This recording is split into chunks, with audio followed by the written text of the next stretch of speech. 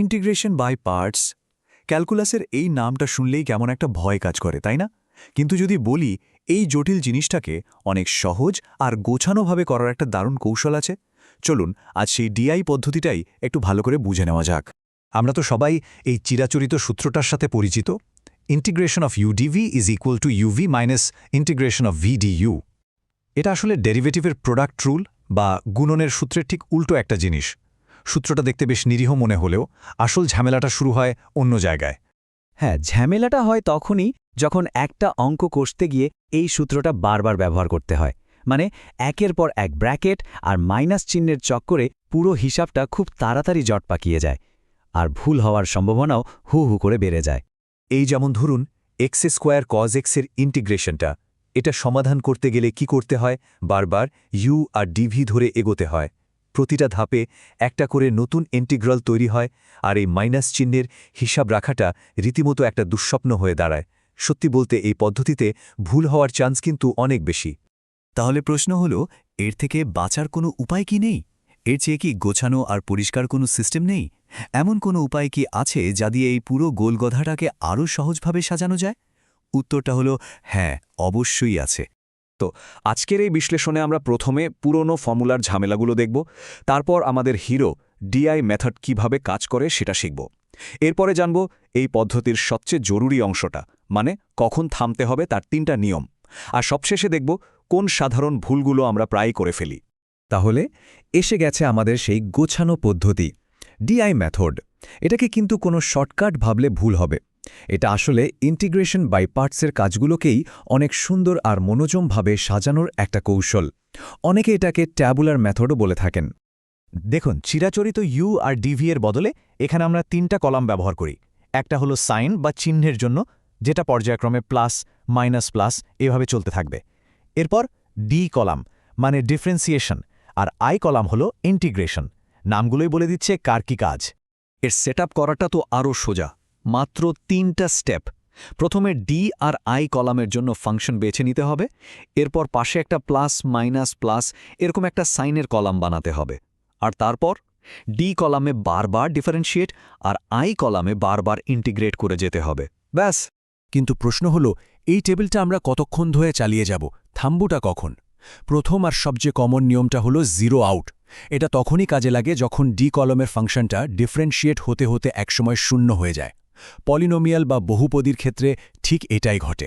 চলুন একটা ক্লাসিক উদাহরণ দেখি, integration X square sine 3x DX. এখানে এই যে এক্স স্কোয়ার অংশটা, এটা একটা পলিনোমিয়াল, তাই না? মানে কয়েকবার ডিফারেন্সিয়েট করলে এটা ভ্যানিশ হয়ে 0 হয়ে যাবে। দেখা যাক ডিআই টেবিল দিয়ে এটা কতটা সহজে করা যায়। তো টেবিলটা বানানো যাক। ডি কলামে এক্স স্কোয়ার থেকে আসছে 2x, তারপর 2 আর শেষে 0। আর ঠিক একই সময়ে আই কলামে আমরা সাইন 3x-কে ইন্টিগ্রেট করে যাচ্ছি। ব্যাস, ডি কলামে যেই মুহূর্তে 0 চলে এলো, আমাদের কাজও সেখানেই শেষ। নিয়মটা তাহলে খুবই সিম্পল। যখনই ডি কলামে শূন্য দেখা যাবে আমরা থেমে যাব। এরপর উত্তর বের করার জন্য কি করতে হবে? শুধু চিহ্নের সাথে কোনাকুনি পদগুলো গুণ করে যোগ বিয়োগ করলেই উত্তর রেডি। আচ্ছা, কিন্তু সব ফাংশন তো আর ডিফারেন্সিয়েট করলে 0 হয় না।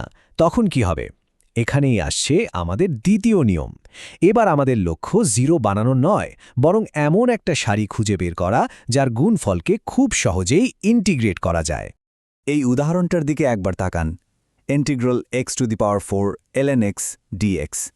আমরা সবাই জানি ln x-কে ইন্টিগ্রেট করাটা একটা ঝামেলার কাজ, কিন্তু ডিফারেন্সিয়েট করা সে তো 1 সেকেন্ডের ব্যাপার।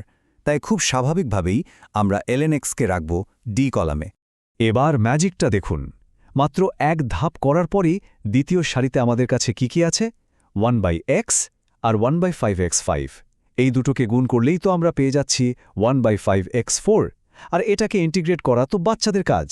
তাহলে আর সামনে এগোনোর কি দরকার? এখানেই থেমে যাওয়া যাক। তাহলে আমাদের দ্বিতীয় নিয়মটা হলো, যখনই কোনো সারির গুণফলকে সহজে ইন্টিগ্রেট করা যাবে আমরা থেমে যাব। এই ক্ষেত্রে উত্তরটা হবে প্রথম কোনাকুনি গুণফল থেকে শেষ সারির গুণফলের ইন্টিগ্রালটা বাদ দেওয়া।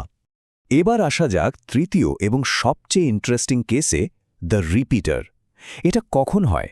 যখন আমাদের কাছে এমন দুটো ফাংশন থাকে যাদের কেউই ডিফারেন্সিয়েট হয়ে 0 হয় না।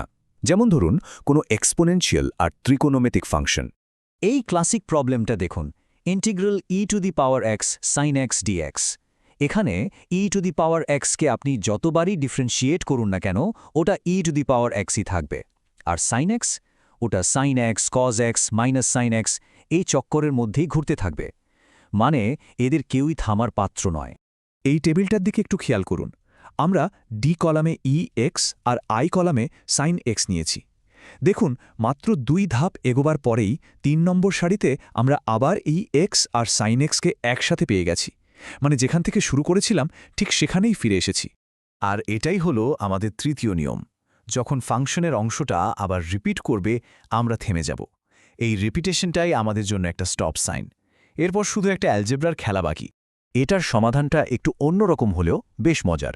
আমরা একটা ইকুয়েশন বানাবো যেখানে মূল ইন্টিগ্রালটা সমান হবে কোনাকুনি গুণফলগুলো আর শেষ সারির ইন্টিগ্রালের যোগফলের। মজার ব্যাপার হলো মূল ইন্টিগ্রালটা সমীকরণের 2 দিকেই চলে আসে। এরপর শুধু সাইড চেঞ্জ করে সমাধান করলেই কেল্লাফতে। এই পদ্ধতিটা দারুণ কাজের, তবে এর পুরো সুবিধাটা নিতে হলে কয়েকটা ছোটখাটো ব্যাপারে সতর্ক থাকতে হয়। চলুন দেখে নিই কোন কোন সাধারণ ফাঁদে পা দেওয়া চলবে না। সবচেয়ে বেশি যে ভুলগুলো হয় সেগুলো হলো 1 ওই যে প্লাস মাইনাসের কলমটা ওটা দিতেই ভুলে যাওয়া, 2 কোনাকুনি গুণ করার সময় চিহ্নের গণ্ডগোল করা, 3 আই কলামের জন্য ভুল ফাংশন বেছে নেওয়া, যেমন ধরুন ln x কে ইন্টিগ্রেট করার চেষ্টা করা, আর 4 রিপিটা প্রবলেমগুলোতে অ্যালজেব্রার হিসাবে ভুল করা। এই কয়েকটা জিনিস মাথায় রাখলেই হবে। আসলে ডিআই পদ্ধতিটা আমাদের এটাই শেখায় যে একটা জটিল জিনিসকে ঠিকঠাকভাবে সাজিয়ে নিতে পারলেই তার সমাধান কতটা সহজ হয়ে যেতে পারে। এটা কিন্তু শুধু অঙ্কের জন্য নয়, জীবনের অনেক ক্ষেত্রেই সত্যি। একটু ভাবুন তো, আমাদের চারপাশে এমন আর কি কঠিন সমস্যা আছে যেগুলোকে হয়তো শুধু একটু অন্যভাবে সাজালেই খুব সহজে সমাধান করা সম্ভব।